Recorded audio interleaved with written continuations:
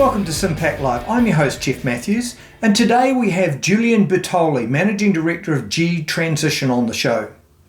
G Transition is a sustainability strategy, marketing and lead generation consultancy based in Sydney. Welcome, Julien. Hi, Jeff. Thank you for having me.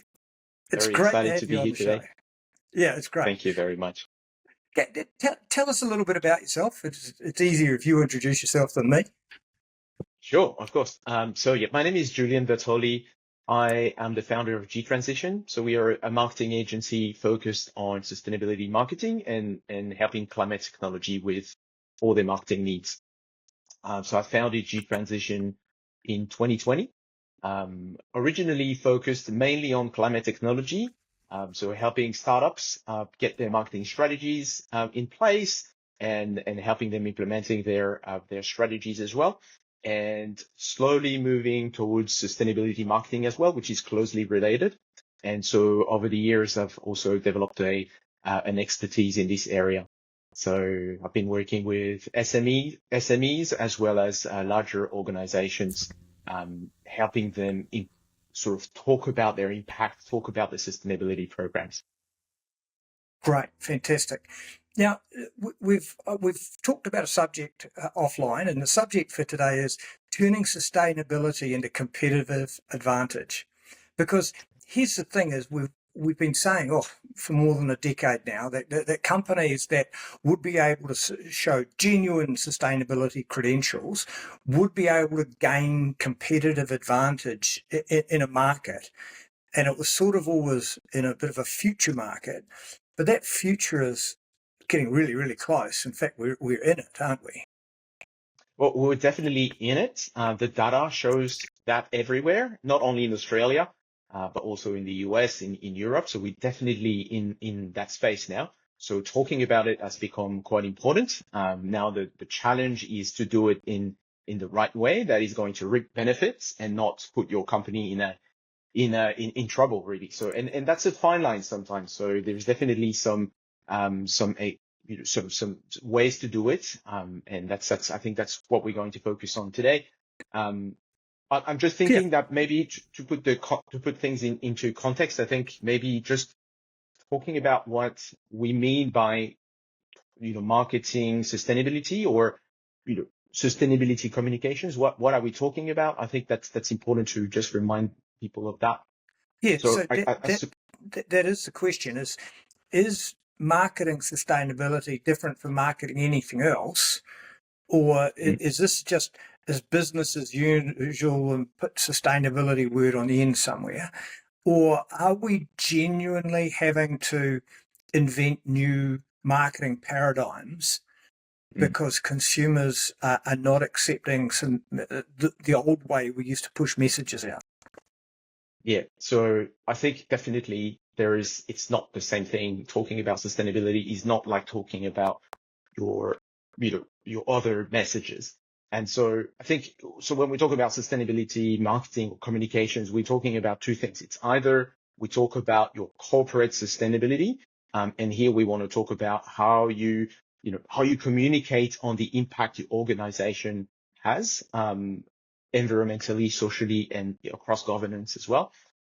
Or we talk about your sustainability at a product level. So you might have products that have features, sustainable features, and we might want to talk about these as well. So there are two levels that we can really embed sustainability in our communication. Now, it is definitely different from doing your sort of traditional marketing and comms, simply because, we as marketers, we are used to showing the good things about an organization or about a product. We tend to want to show a company on a bright light. When we talk about sustainability, we need to be a bit more authentic around the good things, but also the things that are not so good. Sustainability is a journey. We can't just come and say we are the most sustainable, the greenest solution in a marketplace, right? It's a thing of the past. This is obviously greenwashing, but no business is sustainable today. So It's a journey. We just want to talk about that journey. the good things and the Yes. pitfalls and the problems that we're facing as well. I Yes. And suppose. I Mm, recently, had did a podcast with somebody interviewed me where we talked about the compelling truth because mhm. you are on this journey. No one's got there yet. I mean, somebody asked me, "Is there any true circular economy?" And I said, "It may be subsistence farming, but that's about it." Mhm. And Yeah. everything else, we're not there yet. And some of these things are going to be easy, and some of them are going to be hard. But I think the compelling truth is, where are you on that pathway? And I want to ask you about you, because you talked about product and corporate. Is Mhm. how important is it for a corporate to demonstrate that they're trying, that they're actually Right. putting effort in? Mm. Well, this is, I think that's the right word, right? Everyone is trying. So yes, it's very important today because there is demand from your consumers, not only from the consumers, right? It's the entire um, marketplace, whether it's your supply chain, your customers, your partners, the employees in your organizations. Everyone is in demand of a better sustainability credentials in an organization. So that's definitely the case. So it becomes very important to do that. Now, you talked about the compelling truth. I think what's interesting is in the traditional sense of marketing, we focus a lot on the output of what an organization does, the products, the services, what we deliver to customers and clients. Whereas when we talk about sustainability, we are interested in the output, but we're mostly interested in the process that leads to that output. And so for corporations, that can feel a little bit exposed when you have to, well, you got to show what's under the hood. Here is how we get to that product. Often because, well, sometimes we're not fully in control of that. Throughout your Yes. supply chain, you might have elements of that supply chain where you don't have the visibility. So how do you explain to your stakeholders that you don't exactly know all of it, all about it? So it can And feel a little bit I exposed. doubt anyone has got true transparency or visibility over their entire Correct. supply chain. It, it, Correct. I doubt everyone has.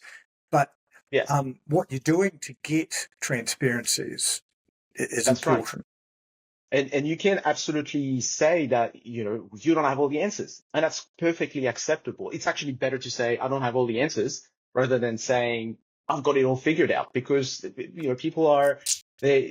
people know, that no one has all the answers. So it's better to come across authentic. And that's quite important. Um, so I suppose, at a product level, you've got other challenges as well because you want to, so that's what consumers see the most is the products. And everything that you claim to be sustainable needs to be backed, needs to be substantiated. So these are also the challenges that there are in that space, in that regard. And and and Gillian, what about traditional marketing? People used to go for the king hit, the one statement that was going to make your product better than anybody else's, or better than competitions. With sustainability, those companies that went early with that time of big hit Hmm. often paid the price because they got a big hit later on when somebody sued them for something, or and it's just not that easy to go for that one thing that, oh yes, we can hang our hat on this. Yes. So what's your advice to especially small and medium enterprises Hmm. about if they're wanting to try and put themselves in a place where they're trying to drive competitive advantage? How do you Hmm. drive that when you can't get these king hits? Yeah. Well, so there's many ways you can answer that question. But I suppose the first thing is it's about the journey. So you want to make sure that you're authentic about where you are at. It's hard to make sustainability a competitive advantage simply because being authentic is easy to say, but it's much harder to actually to make happen. How are you transparent? I think it's really about starting by identifying what's material to your business. So what is material to a manufacturing company or a service company is going to be very different. So the first thing is sort of starting with establishing what's important in that industry, what's important to you, what's important to your stakeholders, what's important to your customers, and sort of focusing on that. And that starts with just, this is the baseline. This is where we are today. And then setting some objectives for the future, 5, 10, 20 years, depending on the industry. And then continuously communicate on it. So where are we on those objectives? What have we achieved today? So that's a simple approach to focus on what's material, make goals, have goals, and then update your stakeholders on where you're at in those goals. And what are the biggest challenges you see out there for companies as they even go? I'm sure some people sit and they think about this, and it's going to give them a headache. Just thinking about it. Yeah, of course. Yeah, because this complex, right? There's the sustainability issues are complex. You've got different stakeholder expectations as well. So your customers want something. We've got regulations coming to play in early next year. So that means that the entire supply chain is going to be impacted to some degree. So you've got the expectations coming from your potentially your big customers or the customers of your customers. So there's a lot to do there, and we're starting from somewhere where we don't have much to start with. So I think getting started is definitely one of the hard things to do, and also this is a long-term commitment. This is not something that you would do. You run a campaign to say we've got objectives, we've got goals for 2025 or 2030, and that's it. We don't talk about it anymore. This is over the long term. One big challenge that companies have to face is to overcome suspicion. If you come out to your market saying these are my goals, these are my objectives for 2030, you will face skepticism, right? So you'll have to prove that you're actually doing what you say you're doing, and that's going to take potentially months, potentially years. And that's one of the issues with sustainability is companies struggle to find a return on investment. How do you justify the spend? How do you justify working on this? Because the return might come in a couple of years. It's not going to be an immediate return on investment. So that's quite challenging, I think. Now I just question you there, Julien. So when it comes to immediate return on investment, this is difficult for big companies and small companies. The big companies have got shareholder pressure, quality dividends, and reporting. I mean, fortunately, the government's going to make them report, so it's giving shareholders that they're going to have to be seen to be investing in a long-term thing. That's a good government push. If it wasn't there, the only incentive is for the next quarterly report. For the small companies, is they're really struggling to get ahead in the marketplace, and then they're suddenly going to spend money on doing something that they don't receive in for a while. Now, I'm a big fan of pushing, the low-hanging fruit. Actually, the really easy things you could do, like energy modulation, which for most people it's like, if you really thought about it, you could just time the electricity use differently during the day and whatever, or even make some of those steps into decarbonising your passenger fleet or those things. So are you seeing many companies out there that are able to make early wins that actually make them money and not actually cost them money for long term? Yes, well, so that's for sure. There are some short-term gains that you can find. Now the question is it substantial enough to talk about it as well? And so, yes, you can have a return on investment from the projects. What I'm talking about is more the return on investment on communicating about your sustainability position, right? So for sure, you can find some savings as well. It's often associated with cost savings, especially in the energy field. Yes. But investing in bigger projects, in transforming your business, and these don't necessarily have the return, like an immediate return. That might take some time. Just to give you an example, I like to give this example because that's a company that everybody knows. So Lego, the Lego company, it's really hard to forget that they sell millions of bricks of plastic across the world, right? So and A day. probably a Yeah, a day, day. yes, of course, millions and millions, absolutely. Yeah. So these will end up in landfill potentially at some point. So how do you talk about sustainability here, right? That's very difficult to do, and yet they've done a very good job at doing it, Yes. because they so they've been on that journey for a few years already. So again, it's not a short-term thing. This is something where you look at where we are today, and by 2030, I think in 2030 or 2035, they want to have replaced all the plastic components by biodegradable products.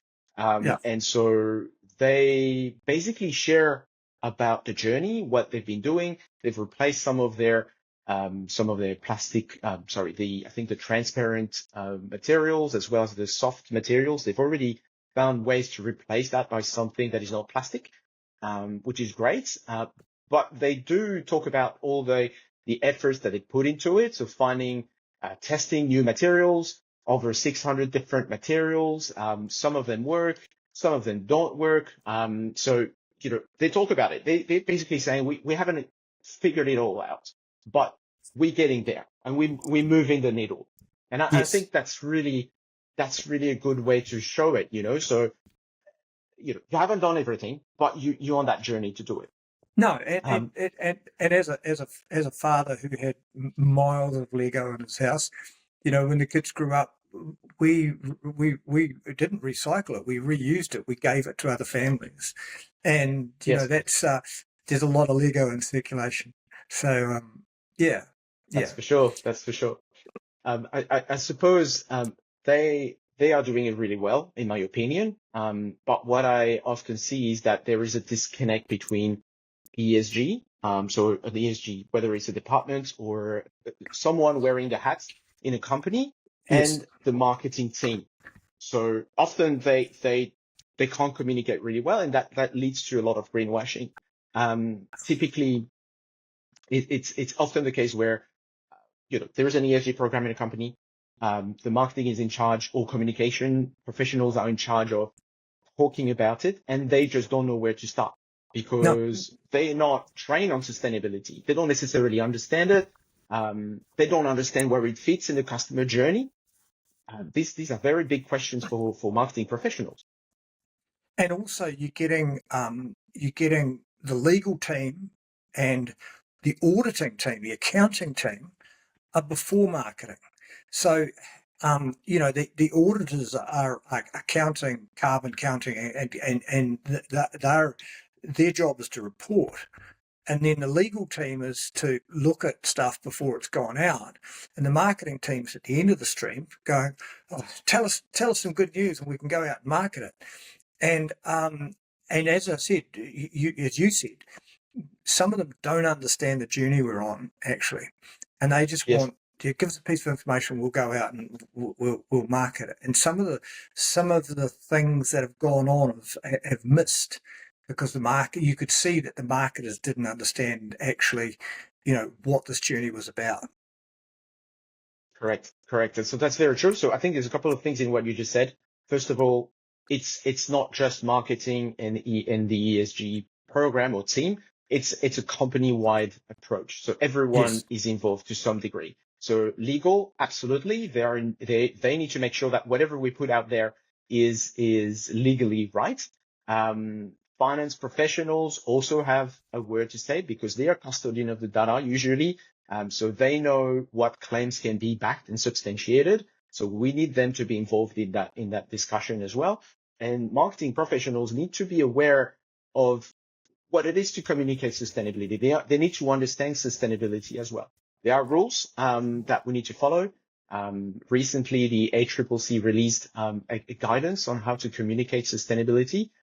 So that's definitely something to look into. There are 8 principles that are described in that document, and that can help marketers with talking about sustainability. And we've seen a lot of cases where, you know, it's simply too vague. Like the whatever you put out there is too vague, not specific enough, and the regulators don't like that. They want it to be specific, backed with evidence, and the more evidence, the better. Yeah. That's Yeah. really how you avoid greenwashing. Yeah. And look, I'm talking about consumers. So there's new data coming out all the time showing that consumers, even when the cost of living is tight, there's people that are having a choice between paying their mortgage and their freedom of income is getting less and less, the discretionary spending. They're still, the majority are environmentally conscious. And could you take us through Absolutely. some of this data that's coming out? Yeah, of course. You shared something with me, and the data you shared with me is very much aligned with what I've seen as well. So the research is pretty, is unanimous in the way people think. So there is a research done by Glow, which is a consumer research company. And in this research that they released recently, it says that regardless of your age, regardless of your family situation, regardless of your political views, pretty much everybody, and we were talking 80 to 90%, think of people think that businesses and companies have an environmental and social responsibility in the way they operate. So that means everybody pretty much think that company needs to take responsibility for what they put out there. That's pretty overwhelming. There are you mentioned products as well. Yeah. What I've seen as well is it's another I think, was that from Glow as well, potentially. Oh no, it's from the NYU Stern. It's an American organization as well, doing some research around sustainability, and they show that products that are sustainability marketed grow 18% faster than a traditionally marketed product, even in a context of inflation. So over the past 10 years, they've grown year on year 9%, so 9% year on year, which is opposed to 4% with a more traditionally marketed product. So people are interested in that. So the competitive advantage is real. The data absolutely backs it up. The data proves it. Data. Absolutely. Yes, and some of the research I sent you was from Monash University consumer surveys. The interesting thing, reading through, there was a couple of things that interested me. One is, and I think it's obvious, packaging was the big driver. People bought thought about sustainability because of packaging. And again, as a father who had lots of Barbie dolls in my house, it would drive me nuts to get into the packaging on a Barbie doll. And and it's when you have to take that packaging out and then decide whether it goes in the bin or the recycling. It's the most useless piece of it. It's something you take home and throw away. Where the Barbie doll itself, or the Lego itself, if you really look at that, the Lego itself might hang around and have a use for years and years, and have use in another family. The packaging doesn't, and that's why it's so easy to pick on the packaging. And anyone who's not looking at putting consumer goods into the marketplace and is not, looking at their packaging. I think that's a road to decreasing sales. Yes. Yeah. So packaging is definitely it's important. I mean, again, depending on which industry you work in, if you are in consumer goods, 100% packaging is going to be very material, and you want to really focus on that. I think there's a couple of things here. So packaging is where people get their information about sustainability, from that survey. Actually, it's more, this is where so this is where they decide about sustainability, whether a product is sustainable or not. Yes. What the research shows is that currently this is not necessarily where they find that information. This is where they want to find it, but this is not necessarily where they find it today. So the channels that they find them is more on, I think it's social media. It's going to be through friends. It's going to be through corporate messages, these sort of things. That's where they find that information. Packaging is only, I think, the 5th or 6th place where they find it. However, they would like to see more on the packaging. So that also means that in that consumer goods segment industry, we need to focus more on the packaging. This is where the consumer goes, and this is where they want to see it. Now that brings some challenges as well. The packaging. The packaging is small. There is not necessarily a lot that you can say. Sometimes it's easy to make shortcuts, and that can lead to greenwashing as well. There's a very good example, recent example about this. I don't know if you've heard of Clorox. They distribute Glad in Australia, the Glad brand. Yes. And so yes, we have it in New Zealand. Correct. Yeah. So they released a product. I think it was last year, potentially 2 years ago. It's a garbage bag, a blue garbage bag made of, or claiming to be made of 100%, 50% recycled ocean plastic. Ocean recycled plastic. Ocean recovered recycled plastic. Yeah. Correct. And so this was the first case where the ACCC sued a company for greenwashing. So because it turns out that these garbage bags, they're not made of recycled ocean plastic. They're made of ocean-bound recycled plastic, which means that the plastic has been collected on the shore of, in this case, of Indonesia and Malaysia. We've stopped it going into the ocean. Exactly, stopping them from going into the ocean. So it's not a bad thing, right? They're actually collecting it in areas where there's no recycling facilities. But instead of saying it's an ocean-bound plastic, they said it's ocean plastic, which gives the impression that the plastic is collected directly from the ocean. And you could see that going from auditing to legal to marketing and round in a circle, and then somebody decided that ocean plastic and ocean-bound plastic was, but this is what I say the compelling truth, because I'm a former brand marketer, and I'm branding it whole organization wide, and is fundamentally what is the compelling truth? Is that we're recovering plastic that would otherwise end up in the ocean is still a good story. Don't make it a lie.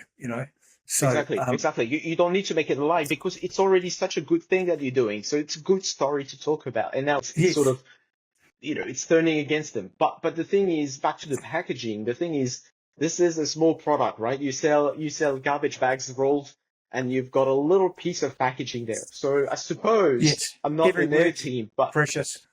Yeah. Correct. Every word counts. Yeah. So ocean-bound plastic versus ocean plastic, you save a bit of space there.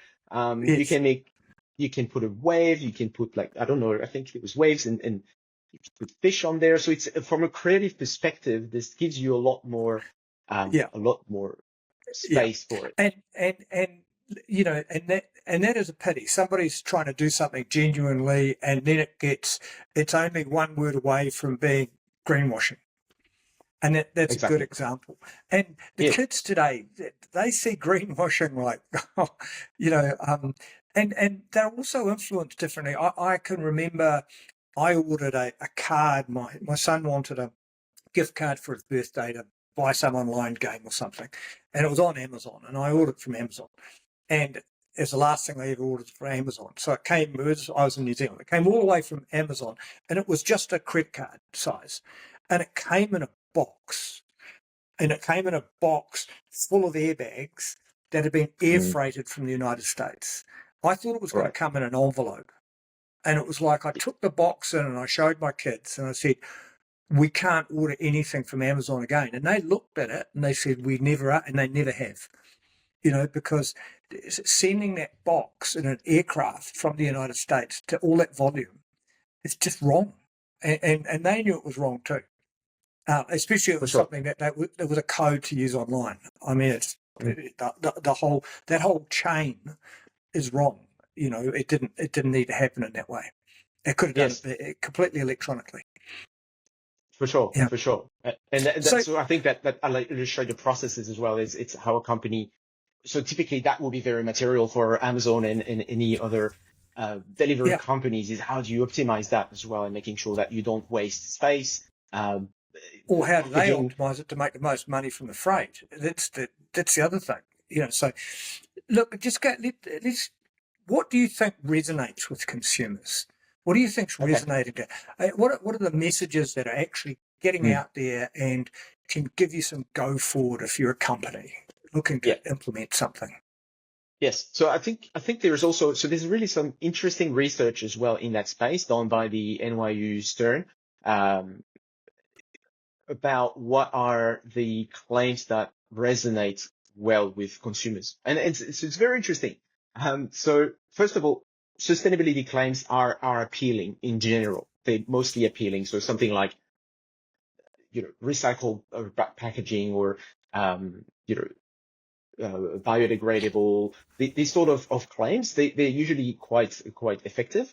But what the research shows is that the category claim is more effective, which means that if you sell food, for example, in the food industry, then great taste is going to work better than biodegradable packaging, for example. So what the research shows is that you want to focus on your category claim first.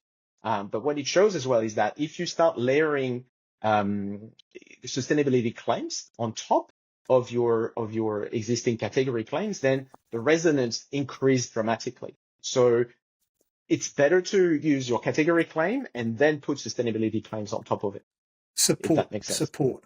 Yeah, To support it, absolutely. And yeah. I think the other thing. So you're probably looking at, what, the primary reason why to buy, and then the reason why not to buy. For the consumer in that purchase decision, has this got any risk or downside? Oh, yeah, it's not recyclable. No, it's not. It's not got recyclable packaging, or is it bad for the environment, or my my friends will ostracize me because I'm not cool and trendy. So yeah, so you use your main point to sell, and then the other points to substantiate and to not to take away, not to give them a reason to walk away or put your product down and pick somebody else's up. Exactly. And because people first, when they buy something, they want the usage to be, they want Yes. to use it for what it's intended to, right? It's not just because it's sustainable. If you market to just on the sustainability features or credentials, what's going to happen is you're going to resonate mostly with the Gen Z, or what it shows is also people that have left political views. It will be more appealing to them, but not to the broader population. So I think it's quite interesting to think about this. So you want to really layer it with your category claim. I think the research shows also that people are less interested in the scientific causes. So if you say, for example, cleaner hair or made of 100% renewable energy, these don't resonate too well into the broader population. But if you tell them why they need to care about it, then the resonance grows again. So typically, it will be something like made of biodegradable packaging to avoid 20 tons of plastic going in the ocean every month. That sort of claim. So you give a reason why they should care about that scientific claim. Yeah. So that these are interesting stuff. I'd say there's another interesting thing as well, that the claims that resonate best are the ones related to either my health. So, that's not made with not made with harmful ingredients, for example, or Yeah. organic, made with organic products. Yeah. These are related to my health. That's going to make me feel better. That's going to make my body better, keep me alive longer. That sort of claim works really well. Then it's also related to my wealth. So how do you translate that to savings? So this is going to save you money in your electricity bill, for example. These are the other things Yeah. that work well. Or good for your future generations, good for your children's and your children in the future generation. And then one of the best I've seen was in 5-star hotels. It started overseas. I don't know if it's in Australia, but they put a notice out saying that if you didn't throw your towels out every day for the laundry, how much water and CO2 and except you would save. And you know, it actually made you feel guilty about putting them out. And, you know, I use a towel once, I could use it twice, you know. So, but it was really interesting, changed my behaviour in something like a 5-star hotel. I'm absolutely sure it saved them, you know, hundreds of thousands of dollars in laundry every day. But the amount of water to wash a towel and all of that stuff. So they were using the guilt trip on you to save them money. But it was good. It was a good awareness. Yeah, for sure, it is. I mean, hotels that's also an interesting category, and you want to make sure that like guilting people into doing something is okay in a way if you do it yourself as well. And so it's not just on the consumers. It's also on the organization to get their ducks in a row and making sure that they're also doing something. Yeah. It's not all the fault of the consumer. So, I mean, those sort of messaging, they can be a bit tricky. They can be a bit risky as well. You don't want to fall into the greenwashing bucket again. But yeah, so Julien, great conversation. Look, to sum up, would you like to have a go at summing up, or do you want me to have a go at summing up? You. Sure. I think another thing that I think will be interesting for people to know is maybe how to, you know, so how to go with talking about sustainability. And my business partner has developed a framework that we've been using across most of our clients now on how to communicate effectively. And so maybe that's something that I can talk about to sum up on that conversation. Yeah, let's do that. Okay, so we call that the 6 C's of marketing. And so we focus on those 6 elements to make sure that your messages are workable and effective. So first is clarity. So you want to make sure that your message is clear. What it means is that there's no way to interpret the message in any other way that you intend it to be. So you don't want to use jargon. You don't want to use like technical terms. And you want to make sure that you also adjust your messaging to the different audiences that you're talking to. That's the first one. The second one is credibility. So you want to make sure that anything that you put out there, you can substantiate it. You have enough to substantiate. You've got data, you've got facts. Everything can be backed. And the more data you can provide, the more credible your message is going to become. So that's very important to have that one as well. So credibility. The third one is the customer centricity. So you want to focus as well on what your customers want. What is important to them? So make sure that you can provide. So you work on these specifically and talk about these ones. This is what they want to hear from you. So focus on the ones that your customer want to hear. Then we've got cut through. So cut through, meaning that you can get creative. So get creative with those messages. Make sure that you talk about it not in one single channel, like we talked about packaging, but make sure you also have it in your social media channels, in your reporting, internal communications. We didn't talk about teams and internal stakeholders, but this is important too. Yes. So making sure that you've got that. Lego does their communication to talk about them again through videos and use their characters, the Lego characters, very well. So that means you can stay on brand. It doesn't have to be boring or very dry. You can stay on brand when you talk about sustainability. Yes. So that's cut through. Then we have competitiveness. Competitiveness means look at what your industry is doing. So is the industry greenwashing? Are they being vague? If that's the case, that's an opportunity for you to do better than your industry.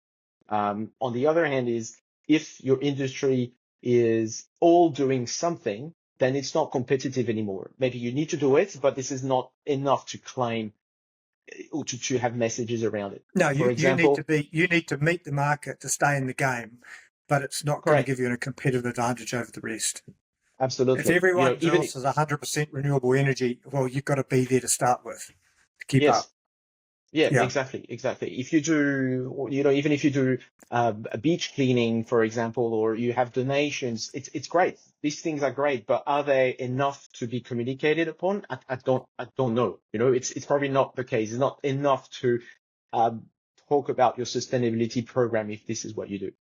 yeah, So that's competitiveness. And the last one is commitment. So it's not just about, and we touched on that already. It's not just about releasing objectives and goals. It's about, you know, in the long term, talking about them. Where do you sit every year? Like, make sure that you have announcements when you make progress. Even if you don't make progress, you want to have announcements as well. You want to make sure that you keep people informed.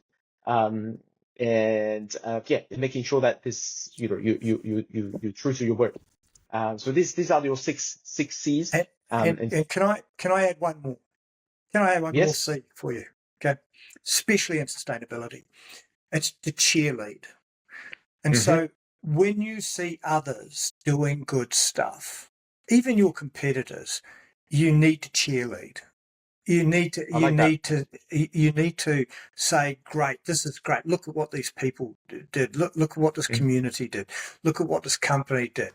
And because it shows that you are a citizen and you are a good corporate citizen, and we're only ever going to do this through collaboration. There's an eighth C for you, but no one's going to do this and get to 100% sustainability alone.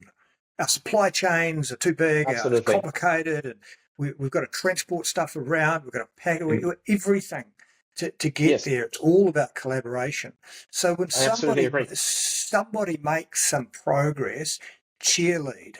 You know, hmm that's great because they actually might be forging a path that you can go down. And I'll give you an example.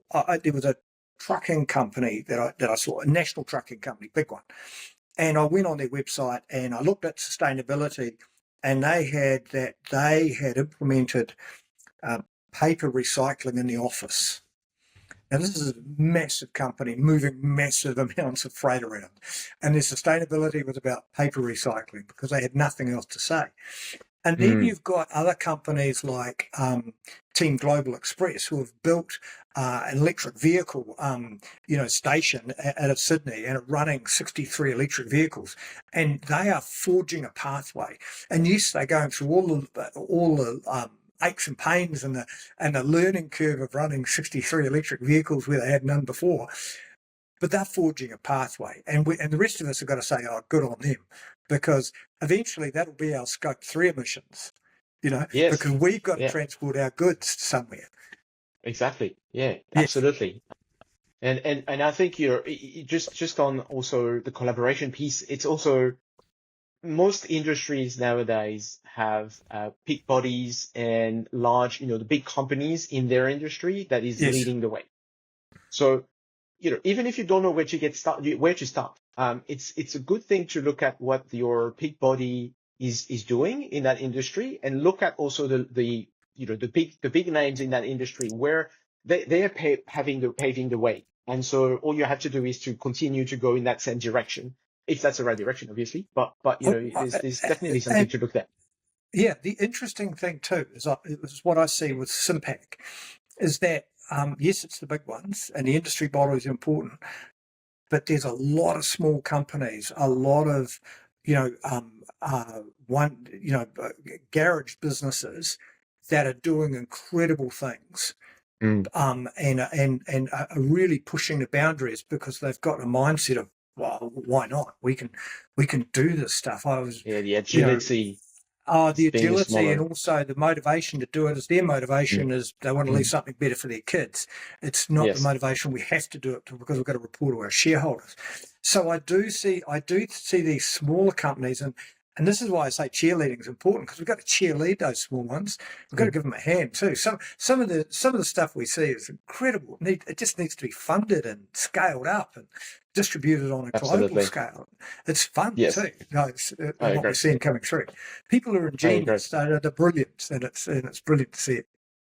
I agree with that. That's why I like working with climate technology as well, because you've got a lot of bright minds in that space too.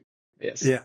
So it's been brilliant having you on, Julien. It was a great chat. Thanks, Thank you Jeff. for that. I'm sure that a lot of businesses are going to find this useful, and I will I'll put up your website at the end of this if they can find you.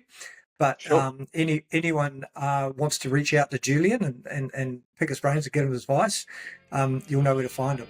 So thank you very much. Thank you, Jeff.